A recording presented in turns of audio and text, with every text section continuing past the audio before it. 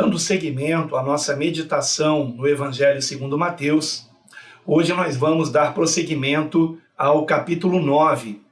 No vídeo anterior, nós meditamos do versículo 1 ao versículo 17, e eu quero lembrar você que tanto o capítulo 8 quanto o capítulo 9 do Evangelho segundo Mateus reúnem 10 sinais e prodígios operados pelo Senhor que atestam a sua autoridade para aquilo que ele havia ensinado nos capítulos 5, 6 e 7, que reúnem a doutrina de Cristo no chamado Sermão do Monte. Lembre-se que a primeira cura que o Senhor realizou, o primeiro sinal que ele realizou após descer do monte, foi a cura ou purificação de um leproso. Eu considero isso muito significativo, porque verdade é que quando nós meditamos no Sermão do Monte, nós nos sentimos de fato como leprosos espirituais. É impossível meditarmos no Sermão do Monte e não nos sentirmos pecadores. Mas então vem o Senhor com a sua misericórdia e com o seu poder, pela sua palavra, ele nos purifica. A palavra de Deus nos lava, nos purifica, nos transforma, nos torna limpos para a glória de Deus. Então, eu quero lembrar você que começando com a cura do leproso, nós já meditamos também na cura do paralítico, servo do centurião, na cura da sogra de Pedro, que estava com febre, na tempestade que foi repreendida pelo Senhor, acalmando o vento e o mar, na libertação de 2 endemoniados, na cura do paralítico, que foi não somente curado, mas também perdoado de seus pecados. E agora nós vamos entrar em 4 outros sinais e prodígios operados pelo Senhor a partir do versículo 18. Então eu peço que você esteja também acompanhando na sua Bíblia essa leitura, que farei em 3 partes. E é importante que você ore também, pedindo que o Espírito Santo de Deus lhe dê o discernimento da sua palavra, coisa que eu já fiz antes de iniciar a gravação desse vídeo. Então, se você ainda não orou, dê uma pausa aqui agora, faça a sua oração, pegue a sua Bíblia e vamos prosseguir. Mateus, capítulo 9, a partir do versículo 18, onde nos diz o texto sagrado: Dizendo-lhes ele estas coisas, eis que chegou um chefe e o adorou, dizendo: Minha filha faleceu agora mesmo, mas vem, impõe-lhe a tua mão e ela viverá. E Jesus, levantando-se, seguiu-o, ele e os seus discípulos. E eis que uma mulher, que havia já 12 anos, padecia de um fluxo de sangue, chegando por detrás dele, tocou a orla da sua roupa, porque dizia consigo: se eu tão somente tocar a sua roupa, ficarei sã. E Jesus, voltando-se e vendo-a, disse: tem bom ânimo, filha, a tua fé te salvou.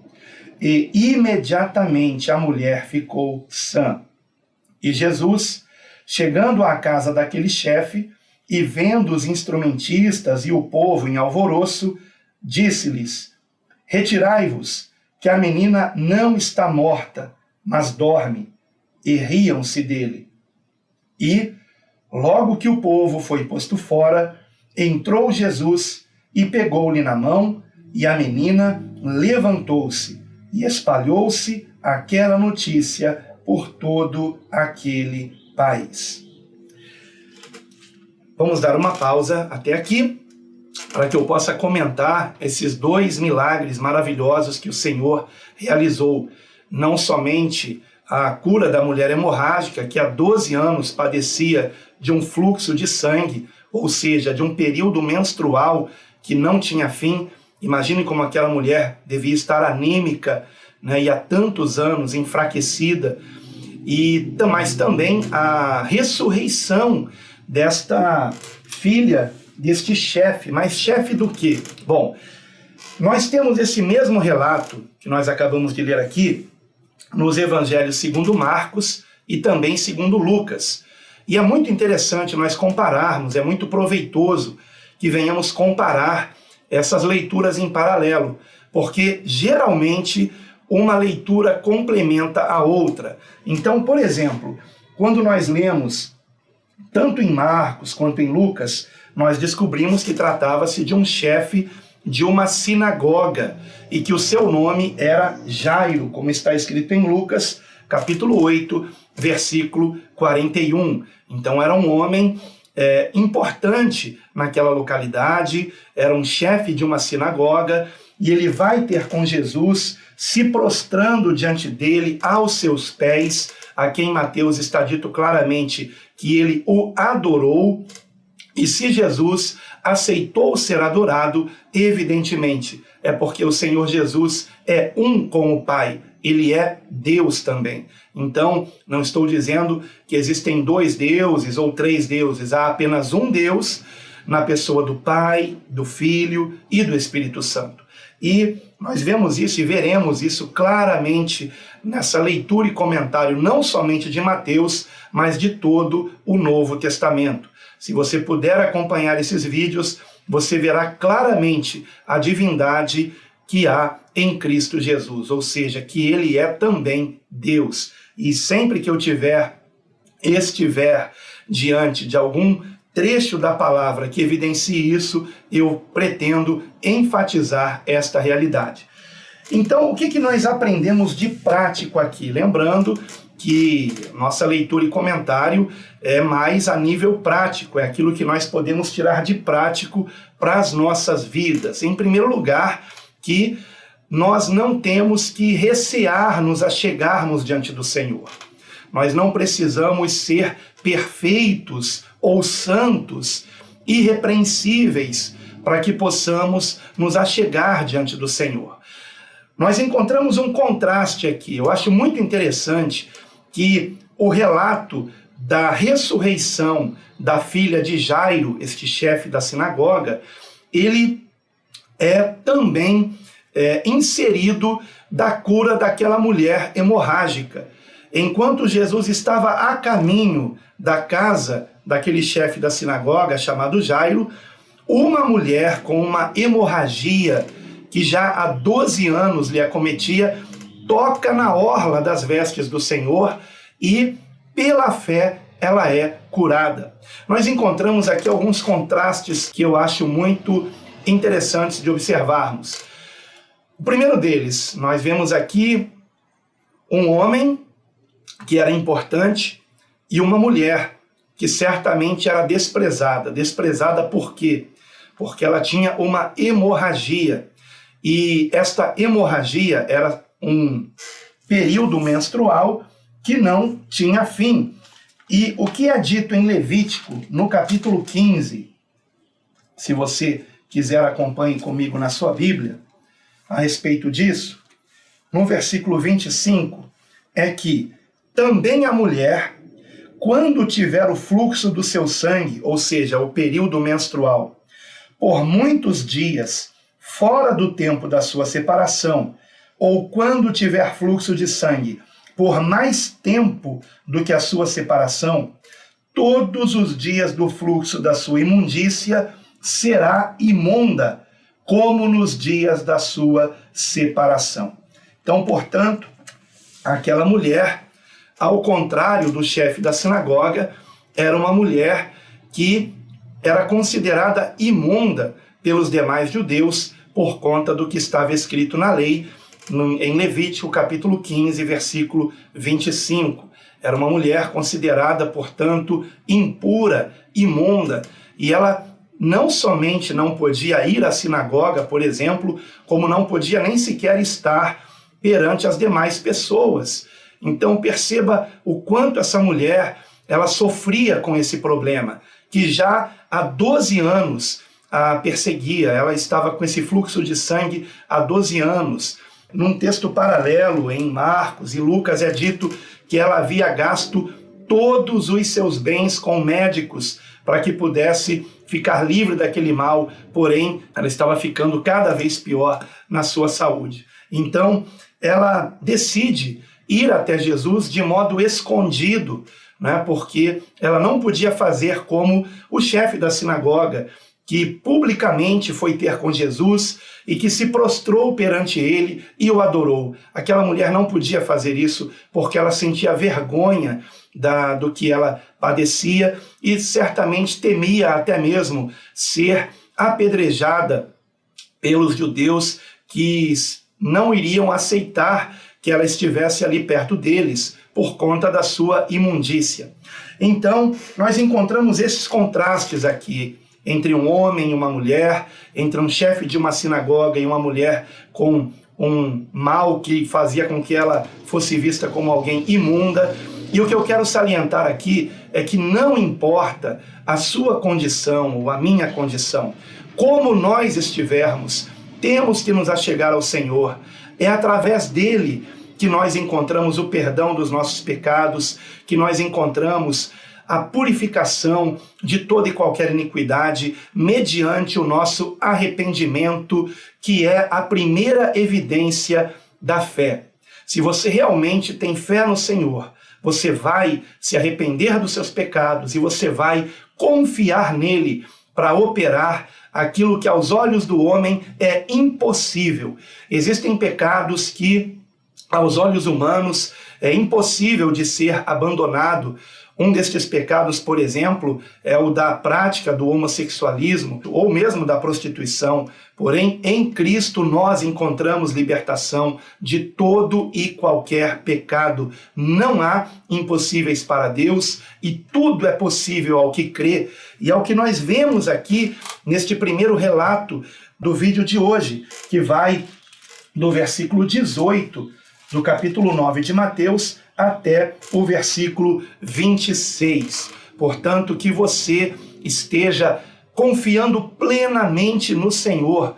O poder que o Senhor teve para fazer com que essa mulher fosse curada desta hemorragia que já lhe acometia há 12 anos, foi o mesmo poder que ele teve também para ressuscitar a filha de Jairo, que em evangelhos paralelos que contam o mesmo relato, dito que ela também tinha 12 anos. Isso é muito curioso, não?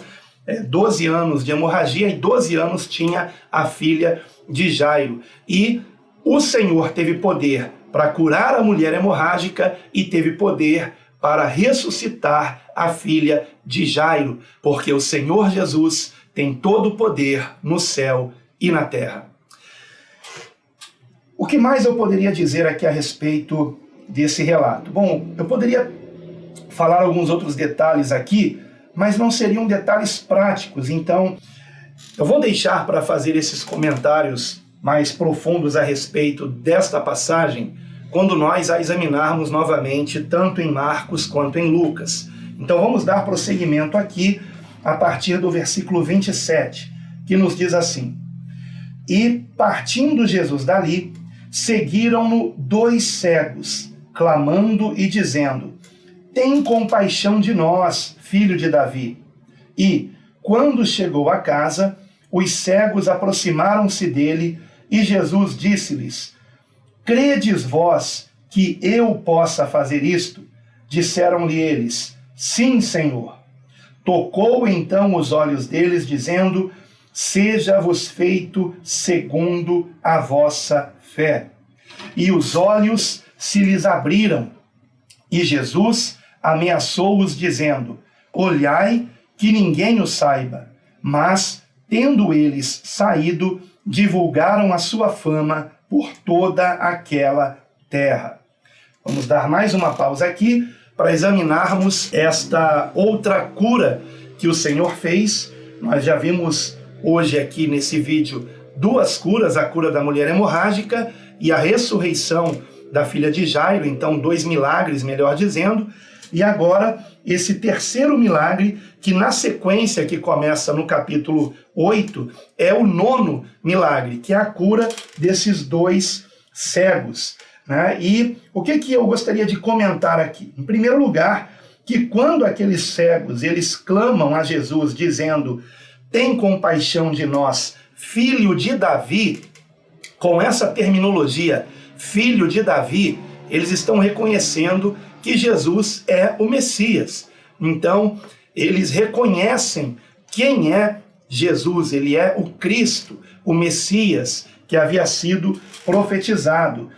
Como, por exemplo, em Isaías capítulo 9, do versículo 2 a 7. E então, filho de Davi significa da descendência de Davi, do rei Davi.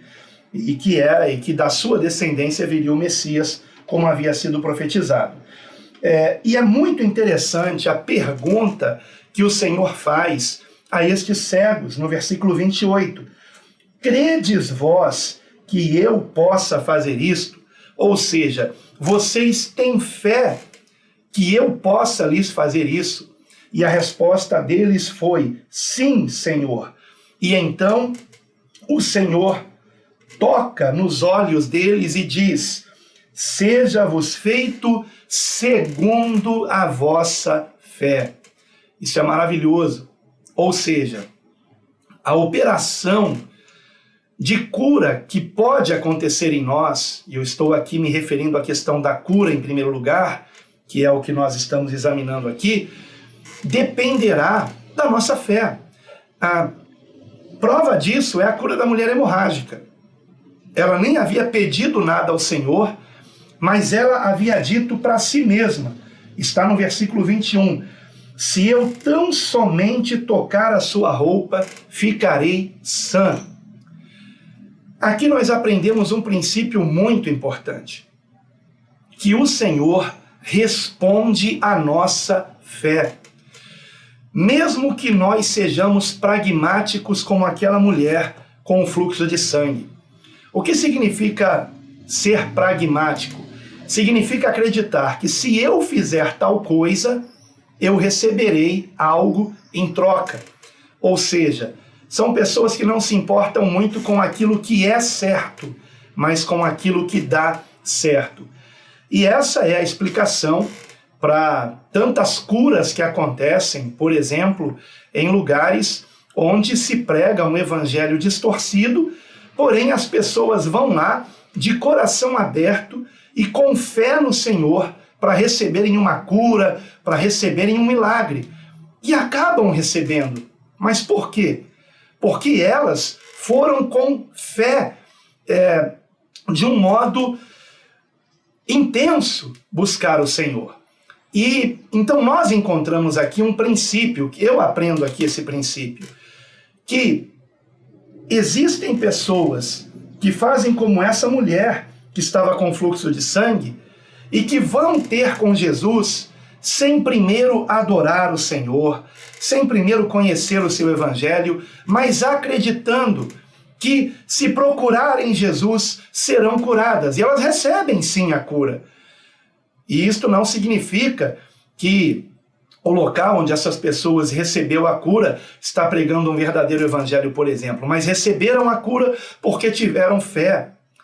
E foi a sua fé que fez com que elas ficassem curadas, que recebessem um milagre. Porém, isto não significa que não devamos pregar o verdadeiro evangelho ou que devamos buscar o Senhor por interesse. Esse é um tema que eu não tenho como tratar dele em um vídeo tão curto, mas eu pretendo trazer ainda um ensinamento em uma aula de escola bíblica dominical na congregação onde eu pastoreio, para tratar sobre a questão da fé pragmática e a fé salvadora. Quando nós depositamos em Cristo a nossa fé para uma cura, nós podemos receber a cura, mas o principal é nós reconhecermos que Ele não somente é aquele que pode nos curar, mas aquele que tem poder para nos salvar. E quando nós nos aproximamos dele de um modo sincero, com o coração quebrantado, sendo humildes e confiando nele para a nossa salvação, nós recebemos a salvação, ainda que não tenhamos recebido uma cura física. Porque o mais importante não é a cura física. E eu quero lembrar você que as curas que o Senhor realizava enquanto Jesus Nazareno, enquanto estava entre nós nesse mundo, fisicamente falando, eram para demonstrar o seu amor e para mostrar que na vida eterna não haverá mais dor, não haverá mais pranto, porque não haverá mais enfermidade, não haverá mais maldade e não haverá mais morte. Por isso o Senhor operou ressurreições e curas para mostrar que na vida eterna, no reino de Deus vindouro, que já se desponta agora por meio de cada um de nós onde habita o Espírito Santo, ou seja, de cada um que nele crê para a salvação, no reino de Deus nós temos paz, alegria, temos a vida em amor que o Senhor almeja para todos nós. Então, não é errado você pedir ao Senhor que Ele cure você, não é errado você pedir ao Senhor que Ele liberte você de algo que oprime a sua vida, porém, lembre-se, o mais importante é que você tenha paz com Deus por meio de Cristo Jesus, que perdoa seus pecados e lhe reconcilia com Deus a tal ponto de você poder chamá-lo de Pai. Então, nós encontramos aqui o ensinamento de que o Senhor vai operar em nós segundo a nossa fé. É o que está dito claramente no versículo 28. O Senhor pergunta aos cegos: crede vós que eu possa fazer isto? Disseram-lhes eles: sim, Senhor. Tocou então os olhos deles, dizendo: seja-vos feito segundo a vossa fé. Ou seja, se os cegos tivessem mentido, se eles tivessem dito que sim, que eles acreditavam no Senhor, mas não tivessem realmente dito a verdade, eles não teriam sido curados. Agora, interessante é que depois dos olhos deles se abrirem, a versão Almeida Corrigida Fiel diz: e Jesus ameaçou-os. Mas na realidade, esta palavra aqui, no original grego, ela significa que houve uma repreensão severa, não uma ameaça. Jesus não ameaça ninguém. E embora eu goste da versão Almeida Corrigida Fiel apenas porque ela é baseada no texto majoritário, no entanto, algumas palavras não são de fato traduzidas corretamente, e é o caso aqui. Mas sempre que isso acontecer, eu vou mostrar para vocês aqui qual seria uma tradução mais apropriada. Então, no versículo 30, Jesus não ameaça aqueles a quem ele havia curado, ele apenas adverte severamente que eles não contassem aquilo para ninguém, porque, afinal de contas, havia sido um grande milagre e o Senhor não queria ainda que houvesse uma grande multidão seguindo, porque isso iria prejudicar a sua missão de pregar o Evangelho, de pregar, de proclamar o reino de Deus, de ensinar a palavra, e as pessoas iriam buscar o Senhor pela motivação errada, ou seja, apenas para serem curadas. Como, por exemplo, nós encontramos em João capítulo 6, quando o Senhor Jesus alimenta a multidão com pães e peixes, e depois a multidão o segue para continuar sendo alimentada por ele, e assim não ter que trabalhar, né? Então, não podemos buscar o Senhor pela motivação errada. Jamais busque o Senhor por interesse financeiro, jamais faça isso.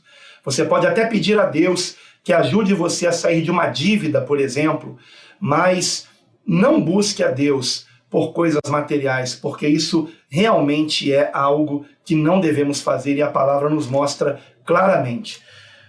Prosseguindo aqui, nós encontramos então mais uma cura no versículo 32 até o 34, do versículo 32 ao 34, onde nos diz o texto sagrado: e havendo-se eles retirado, trouxeram-lhe um homem mudo e endemoniado, e expulso o demônio, falou o mudo, e a multidão se maravilhou, dizendo: nunca tal se viu em Israel. Mas os fariseus diziam: ele expulsa os demônios pelo príncipe dos demônios. Muito bem, o que nós aprendemos aqui de prático com esta 10ª cura que nós encontramos desde o início do capítulo 8. Essa série de 10 curas, ela se conclui com esta cura aqui, que foi a cura do mudo, que estava endemoniado. Primeiramente, que existem enfermidades que são causadas por demônios, mas eu quero aqui salientar que isto não significa que toda enfermidade seja causada por demônios, mas que uma pessoa pode estar oprimida a tal ponto que o demônio que a está oprimindo pode lhe ocasionar uma enfermidade. Porém, mais uma vez enfatizo, isto não significa que toda enfermidade é causada por demônios. É um erro se acreditar nisso. Porém, existem sim enfermidades que têm origem demoníaca. E foi o caso aqui. O texto diz claramente que quando o demônio foi expulso, o mudo voltou a falar. Então, é o que nós aprendemos de prático aqui. E é terrível que os fariseus tenham dito que Jesus expulsava os demônios pelo príncipe dos demônios. Que coisa terrível, né? E este aqui é o pecado contra o Espírito Santo. Atribuir ao diabo, a Satanás, aos demônios, algo que Jesus está fazendo. E finalmente, vamos concluir aqui a leitura do versículo 35 ao 38. E percorria Jesus todas as cidades e aldeias, ensinando nas sinagogas deles, e pregando o evangelho do reino, e curando todas as enfermidades e moléstias entre o povo. E vendo as multidões, teve grande compaixão delas, porque andavam cansadas e desgarradas, como ovelhas que não têm pastor. Então disse aos seus discípulos: a ceifa é realmente grande, mas poucos os obreiros. Rogai, pois, ao Senhor da ceifa que mande obreiros para a sua colheita. O que nós encontramos de prático aqui, primeiramente, é que nós não somente temos que ouvir a pregação do Evangelho, não somente temos que ouvir que, por meio de Jesus Cristo, o reino de Deus já está entre nós e, na sua segunda vinda, se estabelecerá completamente, e que nele, em Jesus, recebemos o perdão dos pecados, a purificação de toda iniquidade e o Espírito Santo, para que possamos servir a Deus em santificação e amor ao próximo.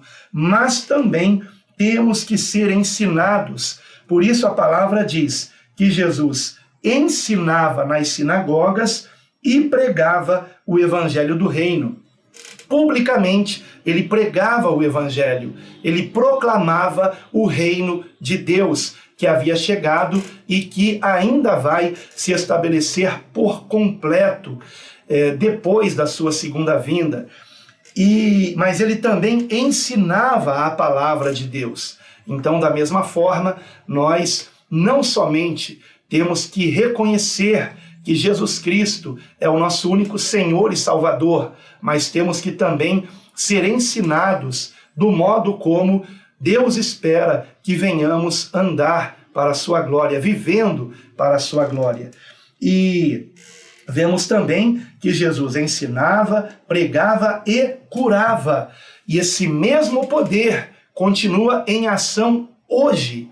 Então, que você não venha limitar o poder de Deus como se ele não pudesse hoje mais curar, como se ele não pudesse mais expulsar demônios. Ora, como está escrito em Hebreus, Jesus Cristo é o mesmo ontem, hoje e eternamente. Ele continua agindo por meio daqueles que nele depositam a sua fé. E é isso que o Senhor espera de nós, que venhamos ser obreiros na sua seara. Havia muito para ele fazer e ele necessitava que estivesse enviando obreiros para a sua seara. E é o que nós vamos ver a partir do próximo capítulo, quando o Senhor Jesus, então, escolhe dentre os seus discípulos 12, para que estivessem sempre com ele e fossem enviados a dar continuidade à sua missão de proclamar o evangelho do reino, de ensinar a palavra de Deus no contexto desta nova aliança em Cristo Jesus e de continuar operando curas e expulsões de demônios em seu nome, fazendo com que todo mal seja repreendido em nome de Jesus. Portanto, que você esteja buscando conhecer cada dia mais esse Jesus maravilhoso, que é o mesmo ontem e hoje eternamente, que continua curando, expulsando demônios, repreendendo tempestades, fazendo o impossível acontecer por meio de todo aquele que nele crê, porque tudo é possível ao que crê. Você crê? Você realmente crê no Senhor? Você crê como aquela mulher hemorrágica que disse consigo mesma: se tão somente eu apenas tocar na orla das suas vestes, serei curada? Você crê como Jairo, que, mesmo tendo a sua filha já falecido, procurou o Senhor e disse a ele: se o Senhor lhe impuser as mãos, ela irá ressuscitar? Você crê como aqueles 2 cegos que, mesmo sendo cegos, tinham fé para que o Senhor viesse lhes curar, lhes dar a visão? Qual é o tamanho da sua fé? Esse é o grande ensinamento aqui. Que você creia no Senhor. E se porventura você estiver oprimido, como este homem que estava mudo, e que foi necessário que alguém o levasse até o Senhor para ele ser curado, portanto, provavelmente ele mesmo não tinha fé no Senhor, então confie na misericórdia de Deus. O Senhor vai libertar você. Tão somente confie nele, creia nele de todo o seu coração, porque assim como Jesus teve compaixão das multidões, ele também tem compaixão de você.